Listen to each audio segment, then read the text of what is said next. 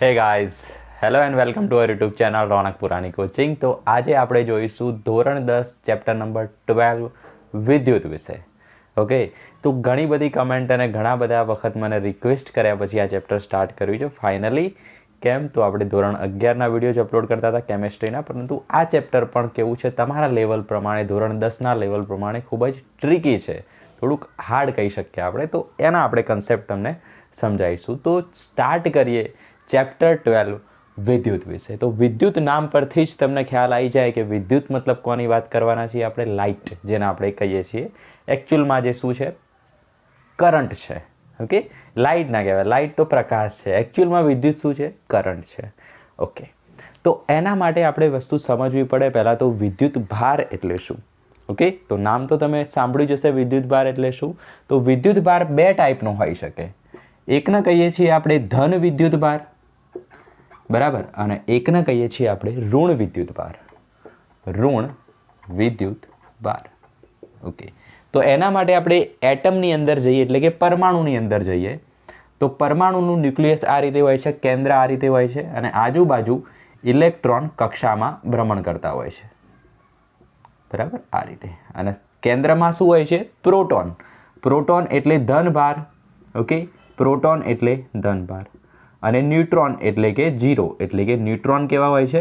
Neutral હોય છે, કોઈ ભાર હોતો નથી. તો ધન ભાર કોના રિલેટેડ છે? ધન ભાર છે પ્રોટોનના કારણે. ઓકે, ધન ભાર કોના કારણે છે? પ્રોટોનના કારણે છે. જ્યારે ઋણ વિદ્યુત ભાર એ કોના કારણે છે? ઇલેક્ટ્રોનના કારણે છે. ઓકે, તો આ વસ્તુ તો આપણને ખ્યાલ જ છે. Very good. તો ઇલેક્ટ્રોનના કારણે શું છે? ઋણ વિદ્યુત ભાર છે.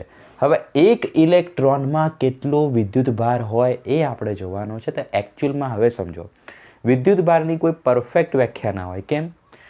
તો દળની કોઈ વ્યાખ્યા હોય ના હોય. દળ શું હોય? ફીલ કરી શકાય. મતલબ એ શું છે? એક ગુણધર્મ છે. દાખલા તરીકે આ પેન છે, તો પેનનું દળ, તો એની વ્યાખ્યા આપી શકીએ? ના આપી શકીએ, બરાબર. એનો ફીલ કરી શકીએ આપણે, દળ છે. ઓકે, એનો ગુણધર્મ છે.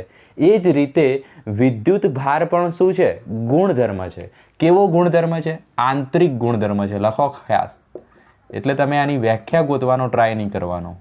તો વિદ્યુત ભાર એ એકચ્યુઅલમાં છે શું? એક આંતરિક ગુણધર્મ છે. એને તમે ફીલ કરી શકો.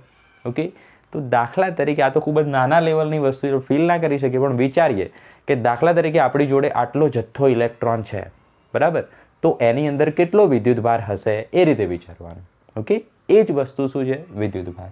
તો એક ઇલેક્ટ્રોનની અંદર કેટલો વિદ્યુત ભાર હોય છે આ ખાસ લખો. તો એક ઇલેક્ટ્રોનની અંદર વિદ્યુત ભાર હોય છે 1.6 × 10⁻19 કુલમ. હવે આ સી શું છે? તો આનું વજન કેટલું છે? કોઈ એવું પૂછે તો આપણે કહીએ ચલો કે ભાઈ 25 મિલીગ્રામ વજન છે, 25 ગ્રામ વજન છે, એવું કહીએ આપણે, બરાબર. તો એ જ રીતે કોઈ એમ પૂછે કેટલો વિદ્યુત ભાર છે, તો એ શું થાય? એનો કુલંબ શું છે? એનો એકમ છે. ખ્યાલ આવ્યો?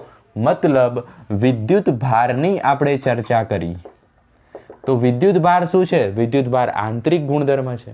ઓકે, પદાર્થનો આંતરિક ગુણધર્મ છે. એનો એકમ શું છે? તો એનો એકમ છે કુલંબ. કુલંબ એનો એકમ છે. અને આ વસ્તુ ખાસ લખો. એક ઇલેક્ટ્રોનમાં કેટલો વિદ્યુત ભાર હોય? 1.6 × 10⁻19 હોય, બરાબર. જે કેવો હોય? ઋણ હોય છે. તો આગળ શું આવશે? ઋણ આવશે. પણ આપણે એ જનરલી લખતા નથી, સ્વીકારી દીધેલું છે એટલે લખતા નથી. નોટ ડાઉન કરો જલ્દી ફટાફટ. ઓકે, હવે એક ક્વેશ્ચન પૂછાય છે સરસ મજાનો. આ તો પૂછાય જ છે MCQમાં, પણ એક બીજો એક ક્વેશ્ચન પૂછાતો હોય છે. જોવા સમજાઈએ શું ક્વેશ્ચન છે.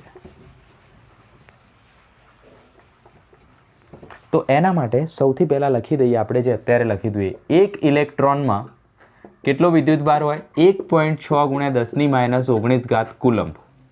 ઓકે, હવે ક્વેશ્ચન કેવો પૂછાય છે? એક કુલંબ વિદ્યુત ભારમાં કેટલા ઇલેક્ટ્રોન હોય? બરાબર. એક કુલંબ વિદ્યુત ભાર હોય, એક કુલંબ વિદ્યુત ભાર કેટલા ઇલેક્ટ્રોન ધરાવે છે? ઓકે, આ ટાઈપનો ક્વેશ્ચન એમપી કરો. વસ્તુ ઊંધી પૂછી છે. એક ઇલેક્ટ્રોનમાં આટલા કુલમ હોય, ઓકે, તો આને આપણે હજુ રિવર્સ કરો. 1.6 ઇન્ટુ 10⁻19 કુલમ બરાબર 1 ઇલેક્ટ્રોન લખાય? બિલકુલ લખાય. આખું ઊંધું કરી દીધું. ઓકે, હવે પૂછ્યું છે શું? 1 કુલમમાં કેટલા ઇલેક્ટ્રોન હોય? તો આપણે અહીંયા લખી દો 1 કુલમમાં કેટલા ઇલેક્ટ્રોન હોય, થઈ જાય. તો શું જવાબ આવશે? 1 ચોકડી ગુણાકાર કરો તો 1 ભાગ્યા 1.6 ઇન્ટુ 10⁻19. જો આ સ્ટેપ તમારી બુકમાં કઈ રીતે આપેલું છે, ભેગું આપેલું છે, પેરેગ્રાફમાં આપેલું છે, એને આપણે આ રીતે સમજીશું. આ રીતે નોટ ડાઉન કરજો. તો 1 ભાગ્યા 1.6 કરશો. ઓકે, એટલે જવાબ કંઈક આવશે આ રીતેનું 625 ઇન્ટુ 1 ભાગ્યા 1.6 કરશો 10⁻19. બરાબર, આ રીતેનો આન્સર આવશે, જેનો ફાઇનલ આન્સર થશે 6.25 ઇન્ટુ 10⁻18 ઇલેક્ટ્રોન. આ શું આવ્યા? ઇલેક્ટ્રોન આવ્યા. કે ઇલેક્ટ્રોન જ હતા અહીંયા. મતલબ 1 કુલંબ વિદ્યુત ભાર કેટલા ઇલેક્ટ્રોન ધરાવે છે? 6.25 ઇન્ટુ 10⁻18 ઇલેક્ટ્રોન. આટલા બધા ઇલેક્ટ્રોન લઈએ, કેટલા વધારે છે ફીલ કરો? 10⁻18. એટલા બધા ઇલેક્ટ્રોન લઈએ ને ત્યારે 1 કુલમ વિદ્યુત ભાર થયો કહેવાય. ફીલ થઈ રહ્યું છે? Very good. ઓકે, હવે આ તો થઈ ગયું એકદમ પરફેક્ટ કન્સેપ્ટની રીતે સમજ્યા, પણ એક સૂત્ર પણ લખી દો સાઈડમાં, જે છે Q બરાબર NE. શું છે? Q બરાબર NE. Q શું છે? કુલમમાં વિદ્યુત ભાર. લખો આટલી વસ્તુઓ. કુલમમાં વિદ્યુત ભાર છે. N શું છે? N છે number of electron. Number of electron એટલે કે ઇલેક્ટ્રોનની સંખ્યા, એવું ગુજરાતીમાં લખો. અને E શું છે? તો E છે 1.6 ગુણ્યા 10⁻19 કુલમ. ચલો, ખ્યાલ આવી ગયો? 1.6 ઇન્ટુ 10⁻19 કુલમ. ઓકે, તો Q બરાબર NEમાં આપણને અહીંયા શું શોધવાનું કીધું છે? કેટલા ઇલેક્ટ્રોન. એટલે શું શોધવાનું કીધું છે? નંબર ઓફ ઇલેક્ટ્રોન, એટલે કે સ્મોલ n શોધવાનો છે. ઓકે, તો આ ઇક્વેશન બરાબર લખો. હવે આમાં n કરતા બનાવીએ તો શું થઈ જાય? Q ભાગ્યા E થઈ જાય. વેરી ગુડ, થઈ જાય. રકમ વાંચો. 1 કુલમ વિદ્યુત ભારમાં કેટલા ઇલેક્ટ્રોન હોય? તો કુલમની જગ્યાએ શું છે? Q છે. Q કેટલો આપ્યો છે? 1 કુલમ મૂકી દો અહીંયા. ઇલેક્ટ્રોન કેટલા છે? 1.6 ઇન્ટુ 10⁻19. જવાબ કેટલો આવી જાય? 6.25 into 10⁻18 electron. Number of electron મળી ગયા. ઓકે, તો બે રીતે આ દાખલો આપણે સોલ્વ કરી શકીએ છીએ. ઓકે, આ તમને ડિટેલમાં કન્સેપ્ટ સમજાયો. આ તમને ઇક્વેશન આપી. Q બરાબર NE. Q શું છે એ લખો, N શું છે, E શું છે એ લખો. હવે આ ત્રણમાંથી કોઈ પણ વસ્તુ શોધવાનું કે આ સૂત્રથી તમે જવાબ આપી શકો છો. ઓકે, ફટાફટ નોટ ડાઉન કરો. નેક્સ્ટ ટોપિક જોઈશું વિદ્યુત પ્રવાહ.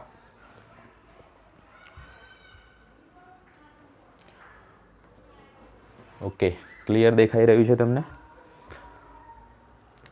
થઈ ગયું? Very good. ચાલો, તો વિદ્યુત ભારને આપણે અહીંયા એકદમ તોડી ફોડી નાખ્યો છે, મતલબ કે એનું પોસ્ટમોર્ટમ કરી દીધું છે. રિપીટ કરો. વિદ્યુત ભારનો એકમ શું છે? કુલમ છે. કઈ રીતે લખાય? C વડે દર્શાવાય. Very good. ચલો, તો બંને ક્વેશ્ચન પૂછાઈ શકે. 1.6 ઇન્ટુ 10⁻19 પણ, 6.25 ઇન્ટુ 10⁻18 વાળો ક્વેશ્ચન પણ MCQમાં મોસ્ટ MP. ચલો, નેક્સ્ટ જુઓ વિદ્યુત પ્રવાહ.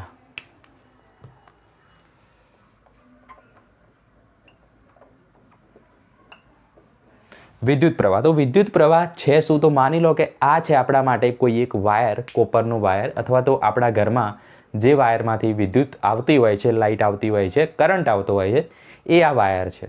ઓકે, તો એ કોના કારણે વિદ્યુત આવે છે? તો ઇલેક્ટ્રોનના કારણે. આપણે વાત તો કરી વિદ્યુત ભારની. ઓકે, ચલો થોડુંક ડિટેલમાં સમજાવીએ. તો કોઈ એક વાહક હશે, પરિપથથી સમજીએ. ચલો, પરિપથ ઉપર આવી જાઓ. તો વિદ્યુત પરિપથ દોરતા તમને બતાવી દઉં કેવી રીતે બતાવી શકાય. તો વિદ્યુત પરિપથને આપણે આ રીતે બતાવીએ છીએ. બરાબર, જુઓ. તો બેટરી પહેલાં તો બતાવવી જરૂરી છે. ઓકે, તો બેટરી માટે એક મોટું લીટું કરવાનું, પછી એક નાની લાઈન કરવાની, વળી પાછી મોટી લાઈન, નાની લાઈન, મોટી લાઈન, નાની લાઈન. બરાબર, મતલબ અહીંયા જે મોટી લાઈન છે ત્યાંથી સ્ટાર્ટ થાય તો ફિનિશ ક્યાંથી થાય? નાની લાઈનથી. અહીંયા ભૂલ નહીં કરવાની. ફિનિશ થશે નાની લાઈનથી. પછી આ જે બતાવ્યું છે એ છે કળ, એટલે કે સ્વિચ. આને શું કહીશું આપણે? કળ કહીશું, એટલે કે સ્વિચ કહીશું. જેમાં આપણે પ્લગ ભરાવતા હોઈએ છીએ, બરાબર. અને આ શું છે? બેટરી છે. ઓકે, બેટરીનો આ પ્લસ છેડો છે, આ માઇનસ છેડો છે. ઇમ્પોર્ટન્ટ વસ્તુ, દરેક વખતે પ્લસ અહીંયા જ બતાવજો એટલે ભૂલ ના થાય. Very good. ચલો,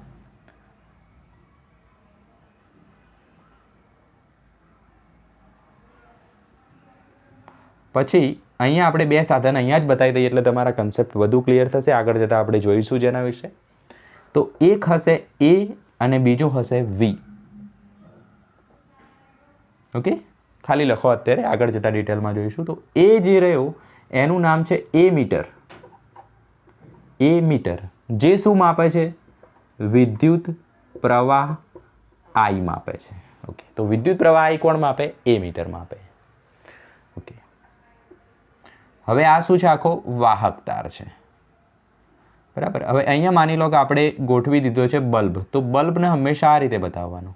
ઓકે, આ રીતે બતાવવાનું. બલ્બ છે તો આમાંથી આપણે ખાલી ઉપરનો છેડો આ રીતે બતાવીએ અને નીચે કરી દઈએ આ રીતે પ્લસ અને માઇનસ, બરાબર. એક જ બેટરીથી બતાવી શકાય. ચલો, ખાલી વિદ્યુત પ્રવાહ સમજવા માટે આ રીતે આપણે ડ્રો કર્યું છે. થોડુંક મોટું કરીએ તો ઉપરનો જે વાહક તાર છે એને આ રીતે બતાવી દઈશું એટલે કન્સેપ્ટ વધુ ક્લિયર થશે. આ જે વોલ્ટ છે વી, જે શું માપે છે? વિદ્યુત સ્થિતિમાનનો તફાવત. લખી દો, વિદ્યુત સ્થિતિમાનનો તફાવત. આગળ જતાં પણ ડિટેલમાં જોઈશું. જેનું નામ શું છે? વોલ્ટામીટર. તો વોલ્ટામીટરને કઈ રીતે દર્શાવાય અથવા વોલ્ટ મીટરને કઈ રીતે દર્શાવાય? રાઉન્ડ કરીને વચ્ચે લખીશું આપણે વી. ઓકે, આ શું છે? બલ્બ, જેને આપણે કહીશું વાહક.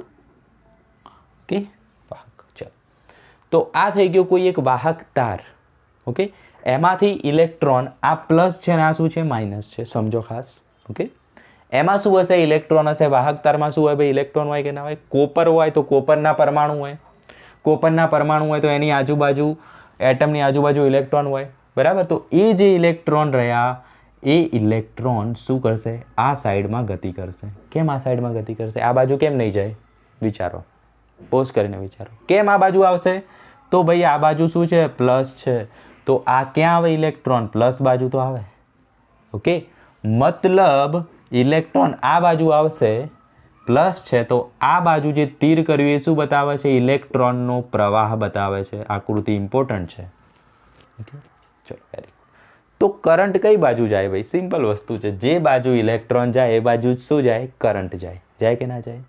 પરંતુ બુકમાં કરંટને કઈ દિશા આપી છે? આ દિશા આપી છે.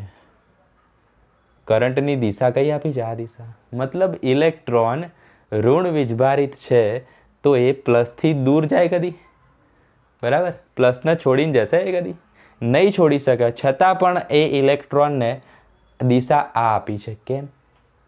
તો એનું રીઝન એવું છે કે જ્યારે વર્ષો પહેલાં જ્યારે આની શોધ થઈ હતી, વિદ્યુત પરિપથની જ્યારે વાત કરી હતી સાયન્ટિસ્ટે, ત્યારે એ લોકો એવું માનતા હતા કે વિદ્યુત જે રહી એ ઇલેક્ટ્રોનના કારણે નથી પરંતુ ધન વીજભારના કારણે છે.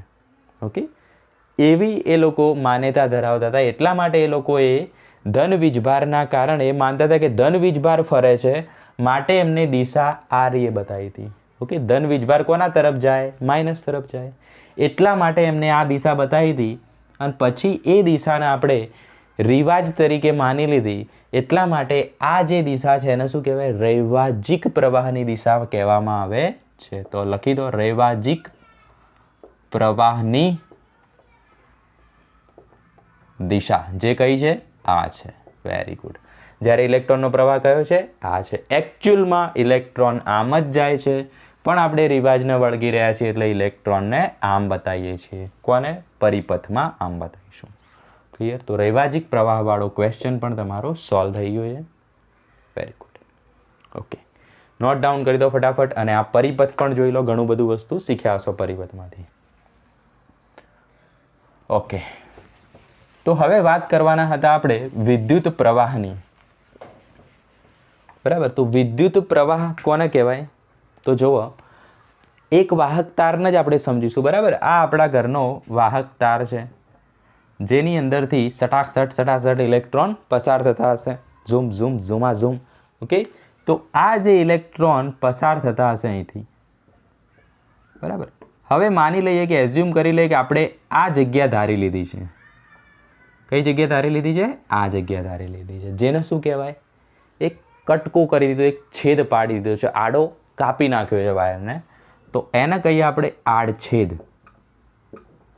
ઓકે, તો આ જે જગ્યા રહી, આ ઇલેક્ટ્રોન છમાછમ આમાંથી પસાર થતા હશે, બરાબર. તો 1 સેકન્ડમાં આ જગ્યામાંથી જેટલા ઇલેક્ટ્રોન પસાર થાય એને શું કહેવાય? વિદ્યુત પ્રવાહ કહેવાય. તો ખ્યાલ આવ્યો? વિદ્યુત પ્રવાહ એટલે શું? તો 1 સેકન્ડમાં આ જગ્યામાંથી પસાર થતો વિદ્યુત ભારનો જથ્થો એને કહેવાય વિદ્યુત પ્રવાહ. ઓકે, વિદ્યુત ભાર શું છે? આંતરિક ગુણધર્મ છે ઇલેક્ટ્રોનનો. ઓકે, તો જુઓ, જ્યારે આપણે ઇક્વેશન લખીએ એટલે ખ્યાલ આવશે. તો વિદ્યુત પ્રવાહ શું છે? તો વિદ્યુત પ્રવાહ અને દર્શાવાય I વડે, અને I બરાબર થાય Q ભાગ્યા T. તો Qનો મતલબ આપણે હમણાં જ જોઈ ગયા, Qનો મતલબ થાય છે વિદ્યુત ભાર અને Tનો મતલબ થાય છે સમય. ઓકે, વ્યાખ્યામાં શું લખીશું? વાહક તારના કોઈ પણ આડછેદમાંથી, મતલબ આ ટુકડો આપણે અહીંયા પણ લઈ શકીએ, અહીંયા પણ લઈ શકીએ, બરાબર, ગમે તે વિચારી શકાય. તો વાહક તારના કોઈ પણ આડછેદમાંથી, કોઈ પણ આડછેદમાંથી એકમ સમયમાં, અથવા તો 1 સેકન્ડ પણ લખી શકાય. ઓકે, પણ આપણે લખીશું એકમ સમયમાં. જો જ્યારે વ્યાખ્યા લખો ત્યારે સૂત્રમાં જે નીચે હોય ને એ વ્યાખ્યામાં પહેલાં લખાય, બરાબર. તો સૂત્રમાં નીચે શું છે? સમય, તો પહેલાં લખાય, અને વિદ્યુત ભાર પાછળ આવે વ્યાખ્યાની અંદર. ઓકે, તો વાહક તારના કોઈ પણ આડછેદમાંથી એકમ સમયમાં પસાર થતો વિદ્યુત ભારનો અથવા વિદ્યુત ભારના જથ્થાને શું કહેવાય છે? વિદ્યુત પ્રવાહ I કહે છે. ચલો, ક્લિયર થઈ રહ્યું છે? આડછેદમાંથી એકમ સમયમાં પસાર થતો વિદ્યુત ભારનો જથ્થો એટલે વિદ્યુત પ્રવાહ I થઈ ગયો. ઓકે, ચલો, તો વિદ્યુત I ફિગર ડ્રો કરો, વ્યાખ્યા લખો. હવે આપણે વિદ્યુત પ્રવાહના એકમની વાત કરીએ તો એકમ આપણે સૂત્ર પરથી જ બનાવવાનું. તો સૂત્ર બરાબર શું છે? Q ભાગ્યા T છે, જ્યાં Qનો એકમ શું થાય? કુલંબ થાય, અને Tનો એકમ શું થાય? સેકન્ડ થાય. સમયનો SI એકમ કયો છે? સેકન્ડ છે. ઓકે, કલાક ના લેવાય, અહીંયા મિનિટ ના લેવાય, સેકન્ડ જ લેવું પડે. મતલબ શું થશે? કુલંબ પ્રતિ સેકન્ડ, અથવા તો કુલંબ સેકન્ડ ઇન્વર્સ લખી શકો, અથવા લખી શકો કુલંબ પ્રતિ સેકન્ડ. તો એકમની વાત થઈ ગઈ છે. ઓકે, અને કુલંબ પ્રતિ સેકન્ડનો મતલબ થાય છે એમ્પિયર. શું થતું હોય છે? એમ્પિયર. તો લખીએ આપણે એનો એકમ બીજો છે, એકમમાં જ લખીશું, જે છે એમ્પિયર. અને એમ્પિયર બરાબર શું થશે? એ વડે દર્શાવાય એમ્પિયરને. એ બરાબર થશે કુલંબ પ્રતિ સેકન્ડ. ઓકે, તો 1 એમ્પિયર બરાબર શું થાય એવું પૂછાય તો શું થાય? જુઓ, 1 એમ્પિયર બરાબર શું થાય? એમ્પિયર એટલે વિદ્યુત પ્રવાહ. આ એક ક્યારે હોય? જ્યારે સમય કેવો હોય?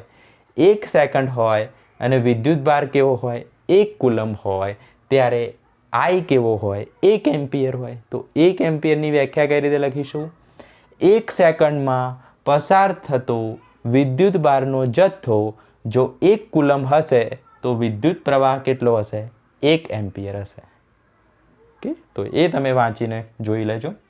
તો આપણે વિદ્યુત પ્રવાહ વિશે જોઈ લીધું. ફટાફટ નોટ ડાઉન કરો. નેક્સ્ટ જોઈશું વિદ્યુત સ્થિતિમાનનો તફાવત એટલે કે વોલ્ટ, જેમાં તમને ચક્કર આવી જતા હોય.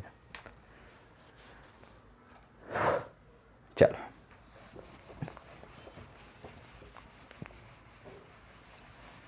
નેક્સ્ટ જોઈએ વિદ્યુત સ્થિતિમાનનો તફાવત. તો આ લેક્ચર પછી આપણે જોવાના છીએ નેક્સ્ટ લેક્ચર, જેમાં આવશે અવરોધોનું શ્રેણી જોડાણ અને સમાંતર જોડાણ. મોસ્ટ આઈએમપી ટોપિક છે. એ ટોપિક વગર તમારું બોર્ડનું પેપર બનાવી જ ના શકે. મતલબ એ ટોપિક 100 નહીં, % નહીં, પણ 1000% એક્ઝામમાં પૂછાશે.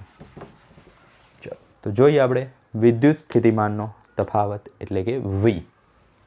તો કેટલી વસ્તુ આપણે જોઈ ગયા? વિદ્યુત ભાર અને વિદ્યુત પ્રવાહ વિશે વાત કરી દીધી છે. વિદ્યુત સ્થિતિ માનનો તફાવત જેને V વડે દર્શાવાય છે. તો વિદ્યુત સ્થિતિમાનનો તફાવત એકચ્યુઅલમાં છે શું? તો સૌથી પહેલાં એનું ઇક્વેશન જુઓ. V બરાબર થાય છે W/Q, જ્યાં W છે કાર્ય, જેને આપણે વિદ્યુત કાર્ય પણ કહી શકો, કાર્ય રાખીએ, અને Q છે વિદ્યુત ભાર. ચલો, ઓકે. તો ઇક્વેશન પરથી તમે શું બનાવી શકો? વિદ્યુત ભાર અને કાર્ય. ઓકે, મતલબ વિદ્યુત ભાર ઉપર કંઈક કાર્ય થતું હશે એવું વિચારી શકાય? બિલકુલ વિચારી શકાય. વિદ્યુત ભાર પર કાર્ય કરવાનું, વિદ્યુત ભારને આપણે દબાઈ દઈશું? દબાવાય તો નહીં. આપણે કોની વાત કરી રહ્યા છીએ? વિદ્યુતની. વિદ્યુતમાં શું થતું હોય? વિદ્યુત ભારનું વહન થતું હોય. મતલબ આપણું કાર્ય શાનું કરવાનું છે? શું કાર્ય કરીશું? તો વિદ્યુત ભારને એક જગ્યાએથી બીજી બાજુ લઈ જઈશું. બરાબર, એવું જ કાર્ય કરી શકાય ને. અહીંયા વિદ્યુત ભારને ભેગો કરીને કંઈ મારવાનું થોડી હોય. શું કરવું પડે? એક જગ્યાએથી બીજી જગ્યાએ લઈ જઈશું ત્યારે તો વિદ્યુતનું વહન થશે. ઓકે, તો અહીંયા જે કાર્ય કરીશું એ આપણે શું કરીશું? વિદ્યુત ભારનું વહન કરાવીશું. ક્યાંથી ક્યાં? તો આને શું કહેવાય? આખાને પરિપથ કહેવાય. ઓકે, એનું માની લો એક બિંદુ આ છે અને બીજું બિંદુ આ છે, કોઈ પણ હોઈ શકે. ઓકે, એક બિંદુ આ છે અને બીજું બિંદુ આ છે. તો લખીએ, ચલો. વાહકના પરિપથ, વાહક તારના વિદ્યુત પરિપથ અથવા વિદ્યુત ક્ષેત્ર પણ શબ્દ લખેલો હશે. વિદ્યુત પરિપથમાં ના બે બિંદુઓ વચ્ચે વિદ્યુત ભારના સ્થાનાંતર, ઓકે, બે બિંદુઓ વચ્ચે વિદ્યુત ભારના સ્થાનાંતર કરવા માટે કરવું પડતું શું છે? કાર્ય છે. કરવું પડતું કાર્ય, એને શું કહેવાય? વિદ્યુત સ્થિતિમાનનો તફાવત કહેવાય. વિદ્યુત ભારનું સ્થાનાંતરણ. ઓકે, ફીલ થશે હવે. તો વાહક તારના વિદ્યુત પરિપથમાંના બે બિંદુઓ વચ્ચે આપણે જે વિદ્યુત ભાર છે એને ફેરવવાનો છે. તો એ ફેરવવા માટે જે કાર્ય કરવું પડશે એને શું કહેવાય? વિદ્યુત સ્થિતિમાનનું તફાવત કહેવાય. ઓકે, હવે એ કાર્ય કોણ કરશે? કોણ ફેરવશે? ભાઈ, કોઈ પણ વસ્તુ હોય આપણી જોડે ઇલેક્ટ્રોનિક, બરાબર, તો એ ચાલુ ક્યારે થાય? ચાલુ ક્યારે થાય ઇલેક્ટ્રોન? કોઈ ઇલેક્ટ્રોનિક વસ્તુ તો કાં તો આપણે પ્લગમાં લગાવી દઈએ તો ચાલુ થાય, બરાબર. એટલે કે એ પ્લગમાં લગાવીએ એટલે એ જગ્યાએ કરંટ ક્યાંથી આવે છે? આપણા ઘરમાં બને એ કરંટ? ના. ક્યાંથી આવે છે? પાવર હાઉસમાંથી. ઓકે, તો એ કરંટ તો ક્યાંથી આવે છે? પાવર હાઉસમાંથી આવે. તો એ એક્ઝામ્પલથી તમે સમજી નહીં શકો. પણ ધારો કે કોઈ રિમોટ છે, કોઈ ઇલેક્ટ્રોનિક સાધન છે તમારી જોડે, એ ચાલુ ક્યારે થાય? એમાં ઇલેક્ટ્રોનનું વહન ક્યારે થાય? એમાં ઇલેક્ટ્રોન એક બિંદુથી બીજું બિંદુ પર ક્યારે જાય? ઓકે, તો એ ચાલુ ત્યારે થાય છે જ્યારે આની અંદર શું હોય? બેટરી હોય. કામ કોણ કરે છે? બેટરી. ઓકે, તો વિદ્યુત સ્થિતિમાન કોના રિલેટેડ છે? કાર્યના રિલેટેડ છે કે નહીં? મતલબ V કોના રિલેટેડ છે? બેટરીના રિલેટેડ છે. ભાઈ, કામ કોણ કરશે? બેટરી કરશે. તો આ જે રહ્યું એ શું છે? V છે. ખ્યાલ આવ્યો? મતલબ આ બિંદુથી આ બિંદુ સુધી ઇલેક્ટ્રોનનું વહન કરાવવું હશે, વિદ્યુત ભારનું વહન કરાવવું હશે, તો કોણ કરાવશે? બેટરી કરાવશે. ઓકે, બેટરી રિસ્પોન્સિબલ છે એના માટે. ઓકે ભાઈ, હમણાં તો સમજાયું. આ પ્લસ હતો ત્યારે ઇલેક્ટ્રોન આ બાજુ આવ્યા, નહીં તો એને શું હતું? ભાઈ, શાંતિથી પરમાણુમાં જ ફરે જાત ને, બરાબર. એ આમથી આમ કેમ આવ્યો? કારણ કે અહીંયા પ્લસ હતું. ઓકે, એકલો કોપરનો તાર હોય તો એમાં કરંટ આવે? ના આવે. જ્યારે એને પરિપથમાં જોડો ત્યારે પેલા ઇલેક્ટ્રોન રહ્યા એના અહીંયા આકર્ષણ થશે અને આમ ઘૂમવા લાગશે ઇલેક્ટ્રોન પરિપથમાં, ઝૂમ ઝૂમ ઝમાઝમ, ત્યારે કરંટ તમને આવે. ઓકે, મતલબ એ જે કામ કરે છે એ કોણ કરે છે? બેટરી કરે. ઓકે, તો બેટરી વાળી જે જગ્યા રહી ત્યાં યુનિટ શું આવે? વોલ્ટ આવે. બેટરી અલગ અલગ વોલ્ટની હોઈ શકે, 8 volt, 6 volt, 9 volt, 12 volt, 10 volt, બરાબર. એ એક્ઝામ્પલમાં તમે શીખશો જ. હવે તમને ફીલ થયું હશે વિદ્યુત સ્થિતિમાનનો તફાવત છે શું. ચલો, તો એના એકમની વાત કરી દઈએ આપણે. તો એકમ એઝ ઇટ ઇઝ આપણે સૂત્ર પરથી બનાવીશું, બરાબર. તો સૂત્ર શું કહે છે? સૂત્ર કહે છે W/Q, જ્યાં W શું છે? કાર્ય છે. તો કાર્યનો એકમ શું થાય? જોઈ ગયા છો તમે આગળ. કાર્યનો એકમ શું થાય? જૂલ. આટલા જૂલ કાર્ય કર્યું. કાર્યનો એકમ થશે જૂલ. અને ક્યુનો એકમ આપણે જોઈ ગયા હમણાં જ કુલંબ, તો એકમ થશે શું? જૂલ પ્રતિ કુલંબ. ઓકે, અને બીજો એકમ એનો એ પણ છે જે છે વોલ્ટ. ઓકે, જેને આપણે કરીશું અથવા લખી દઈએ, એટલે કે જૂલ પ્રતિ કુલંબ એ જ શું છે? વોલ્ટ છે. ઓકે, જૂલ પ્રતિ એક કુલંબ એ શું છે? વોલ્ટ છે. બીજી એક ઇમ્પોર્ટન્ટ વસ્તુ છે કે આનો જે એકમ છે ને એને પણ વોલ્ટ વડે દર્શાવીશું આપણે, બરાબર, અને આનું જે સિમ્બોલ છે વિદ્યુત સ્થિતિમાનનો તફાવત એને પણ આપણે V વડે દર્શાવીશું. ઓકે, તો V બરાબર W/Q એટલે જૂલ પ્રતિ કુલંબ એટલે 1 વોલ્ટ થાય. બરાબર, તો આ થઈ ગયો વિદ્યુત સ્થિતિમાનનો તફાવત. ફટાફટ નોટ ડાઉન કરો. ઓકે, એક ઇમ્પોર્ટન્ટ ટર્મ હતી જે તમે લખશો વિદ્યુત પ્રવાહના ટોપિકમાં, જે લખાવાનું રહી ગયું છે. તો જોવા એ શું હતું? તો જોવા 1 મિલી એમ્પિયર વિદ્યુત પ્રવાહ, આ શું છે? મિલી એમ્પિયર, તો એને કેટલું કહેવાય? 10⁻³ લખાય. અને 1 માઇક્રો એમ્પિયર વિદ્યુત પ્રવાહ હોય તો એને લખાય 10⁻6 એમ્પિયર. ઓકે, ચલો, તો આ બંને ખાસ એક્ઝામ્પલમાં કામમાં આવશે. મિલી એટલે 10⁻³ થાય, માઇક્રો એટલે 10⁻6 થાય. ઓકે, નેનો એટલે 10⁻9 થાય. એ રીતે છે. MCQમાં પણ આ રિપીટ થતો હોય છે ક્વેશ્ચન. તો ફટાફટ નોટ ડાઉન કરો, જોઈ લઈએ આપણે.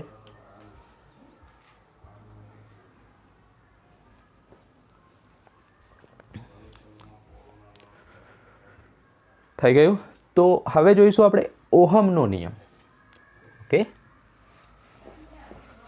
બહુ બધી વસ્તુઓ ચલાવી દીધી એક જ લેક્ચરમાં, કંઈ વાંધો નહીં. આ તો શું છે? એકદમ સિમ્પલ ટર્મ્સ છે બધી. અત્યારે તમને ટફ લાગશે પણ એકવાર રીડ કરશો એટલે યાદ રહી જશે. તો છે ઓહમનો નિયમ. શું છે? ઓહમ.